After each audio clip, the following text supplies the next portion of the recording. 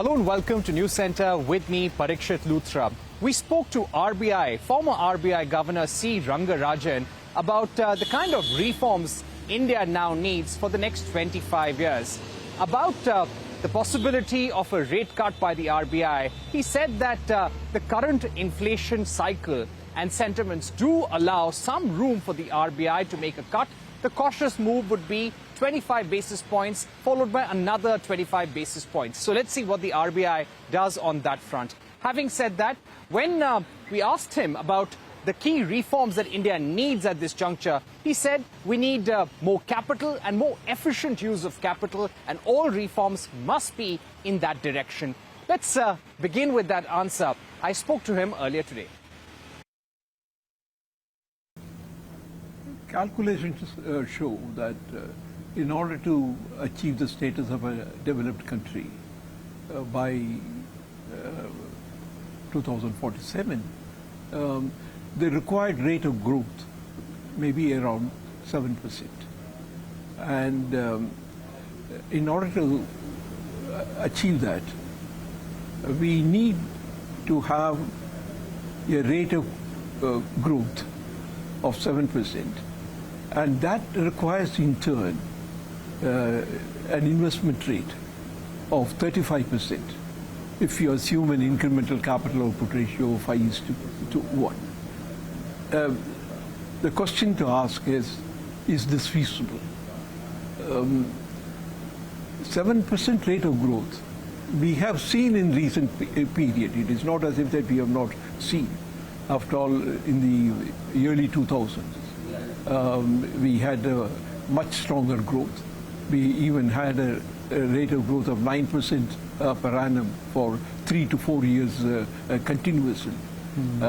Therefore, achieving a 35% investment rate should not become difficult. We already have touched 33% of GDP as the investment. Maybe another 1 or 2% more is not going to be difficult. But at the same time, we need to focus on reducing the incremental capital output ratio also. Earlier on, when we used to discuss about the required rate of growth, we used to use 4 as the incremental capital output ratio. But in the recent period, it has gone up to close to 5. Therefore, as we want to move ahead, we need to focus on 2 things.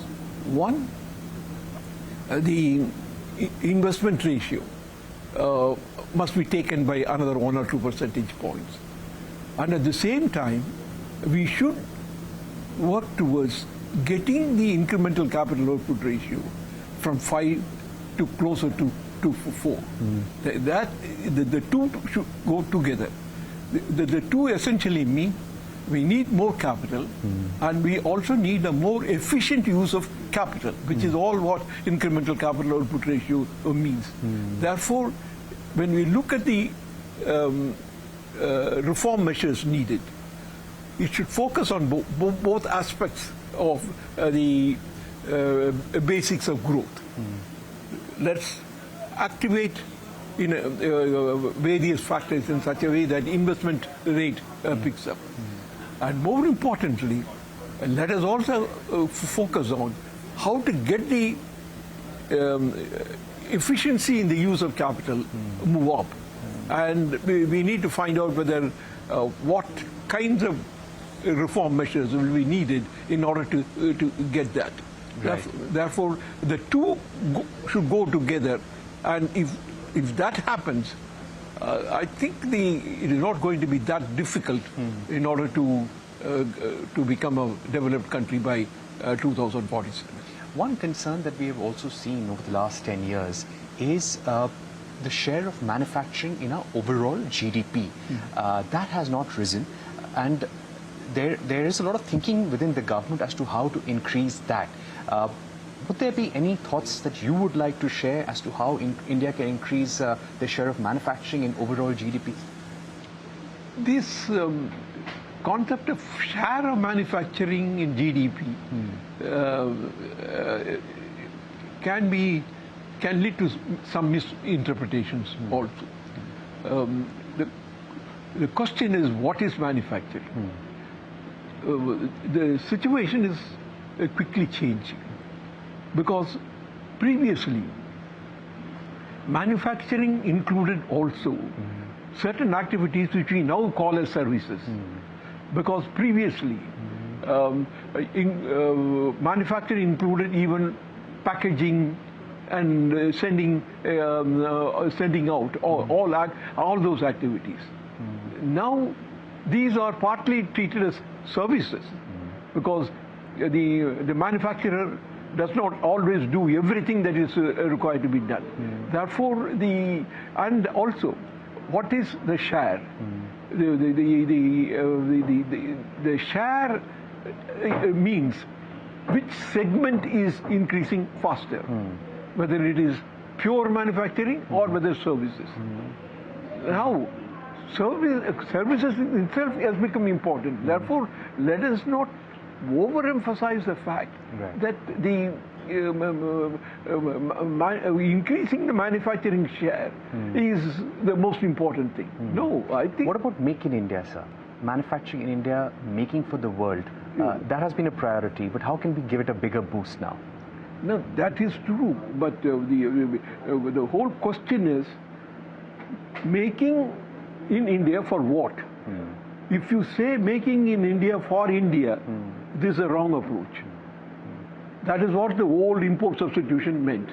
It meant that you manufacture in India, and the market for that is not outside India because you are not efficient, and you're just selling it in India. Therefore, that I think the clarity is very much needed. If efficiency is the important thing, then it is very clearly must be stated, making it in India for the world. Therefore, you will be treated as an efficient manufacturer. Inefficient manufacturing, inefficient way of import substitution is bad, and this was the wrong lesson that we had earlier, and we should not go into that area. We should really manufacture in an efficient way, and should be able to produce in India and sell it outside. And if you are able to sell it outside, automatically it means you are an efficient country. Therefore, the whole idea was simply saying we should increase manufacturing. Increase manufacturing for producing for the world as a whole. Right. Therefore, let us not mistake ourselves into doing something which will end us in the same situation we had in the beginning of the industrialization period, in the post-independence period. Do you expect the RBI to cut the repo rate now? Cut, I see. It may be possible. I mean, I think the idea is that whether the cutting the repo rate is leading the market or is following the market. In some sense, the inflation rate has, the overall headline inflation has fallen below 4%. I think in the last two times it was below 4%. Therefore, in some sense, if we cut the rate, we are following the market rather than leading the market. So, if there is enough evidence to show that that tendency is going to persist, I think we should do it. I mean, I think this is, and perhaps 2 6-week periods during which the inflation rate has fallen, that can give a lead to cut the repo rate. But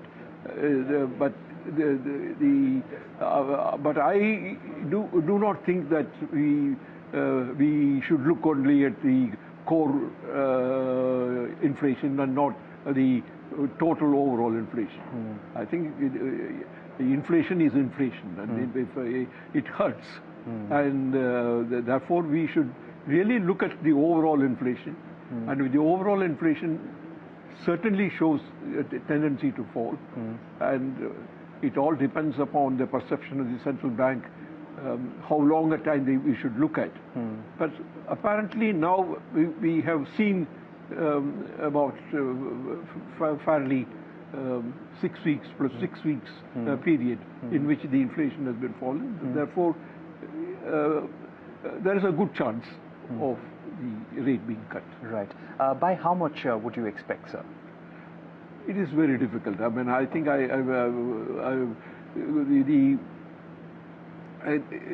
the choice is between 25 basis points and 50 basis points.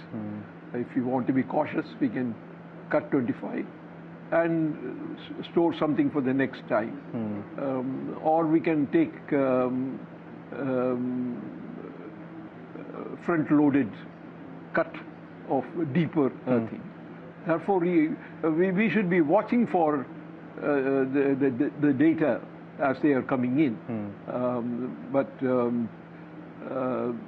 it is difficult to say, but maybe 25 followed by 25 may be the cautious way of doing it. My final question, sir, any reform that the banking sector really needs? If there's one reform or recommendation close to your heart, what would that be?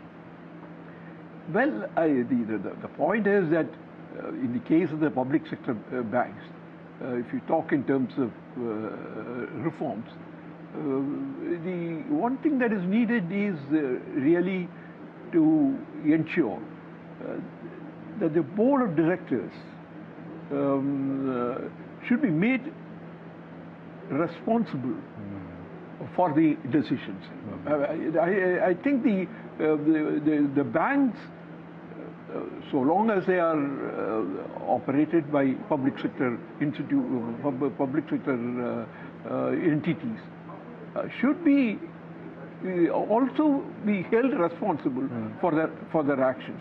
Now, the idea of passing on the blame to the government or passing on the blame to the government departments which control the institutions is not the right way to do it. I think that the right way to do it is really make the boards responsible and let them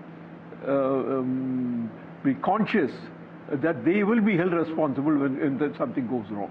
Right. Mr. Rangarajan, it's a pleasure talking to you. Thank you very much for being with us here on CNBC. Well, that was former RBI Governor C. Rangarajan in conversation with CNBC-TV18, signing off with a note for board of directors of different banks, saying that whenever things go wrong, they need to be held accountable and they should know that. And this is the key banking reform that he is actually pushing for. We're going to take a short break. On the other side, we will be joined by the founder of Akasa Airways, also the chairman of the CI Skill Development Committee, Aditya Ghosh, and we will be talking about the government's internship scheme, which goes live this week.